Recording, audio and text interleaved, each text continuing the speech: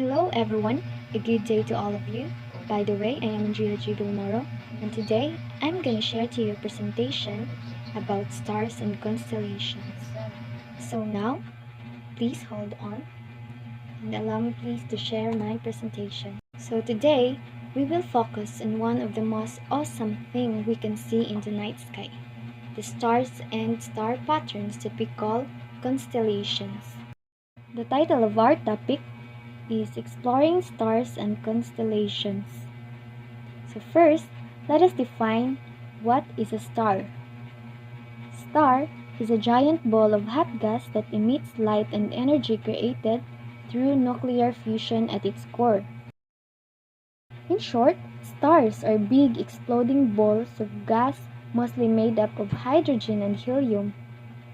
Astronomers think that there are 200 billion stars in the Milky Way, the galaxy where our own solar system lives. Stars are so far away from the Earth that even through large telescopes they appear as tiny points of bright light. And as we can see here in the picture, stars seems to twinkle, but honestly stars don't twinkle. They appear to twinkle because we see them through the layers of the atmosphere.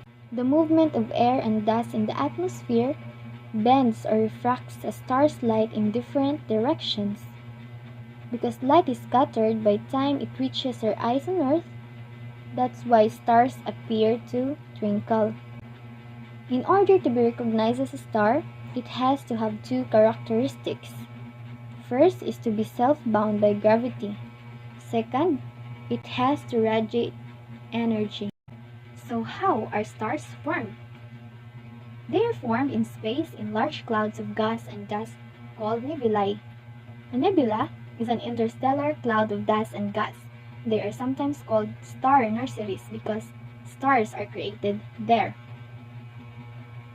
So these are the example of nebula or the image of nebulas.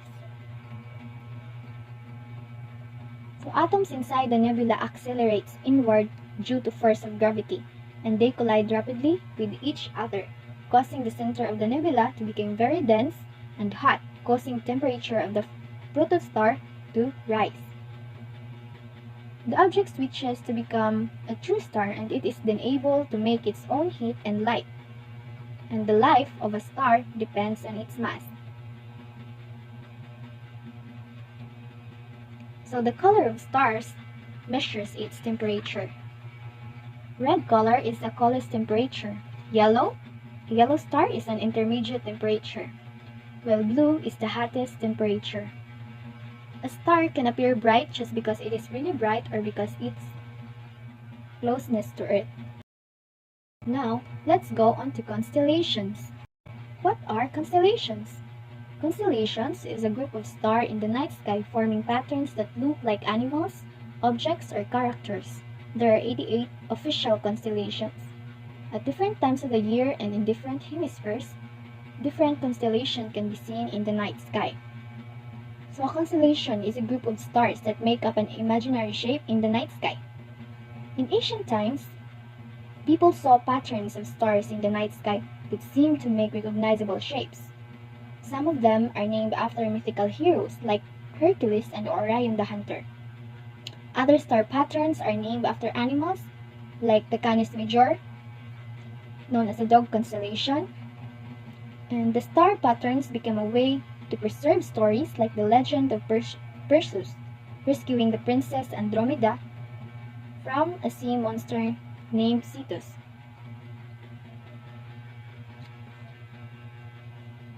So now, I'm gonna share to you some of the common constellations that you might know.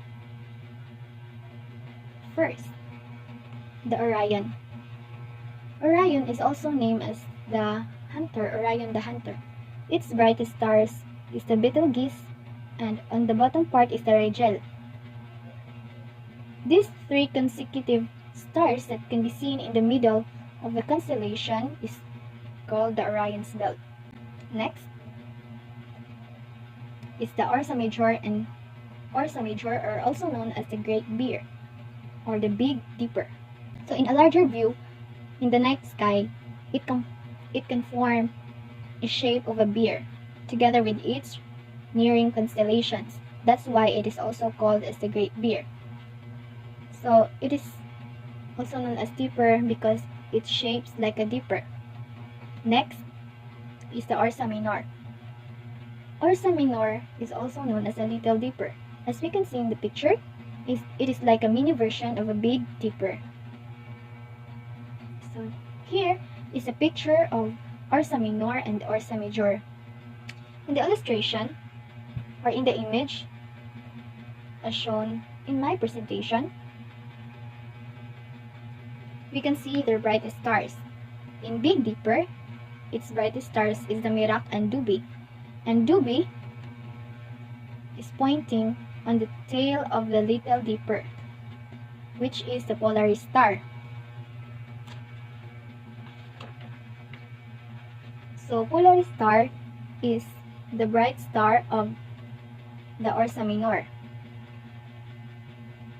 It is also known as the North Star. It remains in constant position in the sky, and for that reason, Polaris is also used for navigation.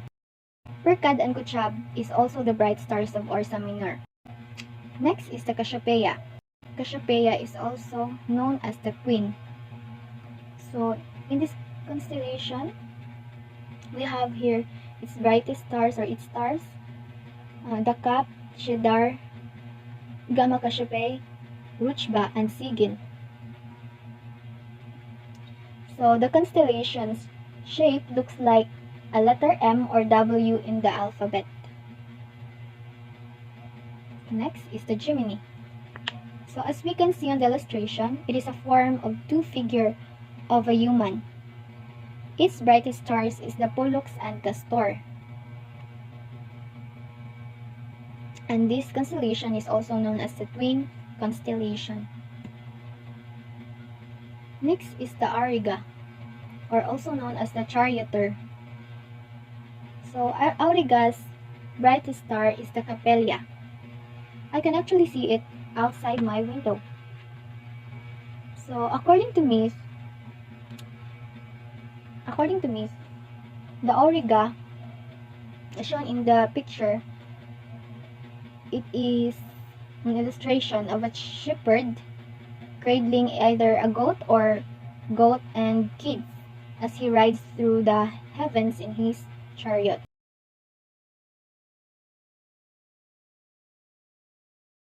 Next is the Canis Major, also known as the Dog Constellation. So the Canis Major contains the Sirius. So we can see here the Sirius.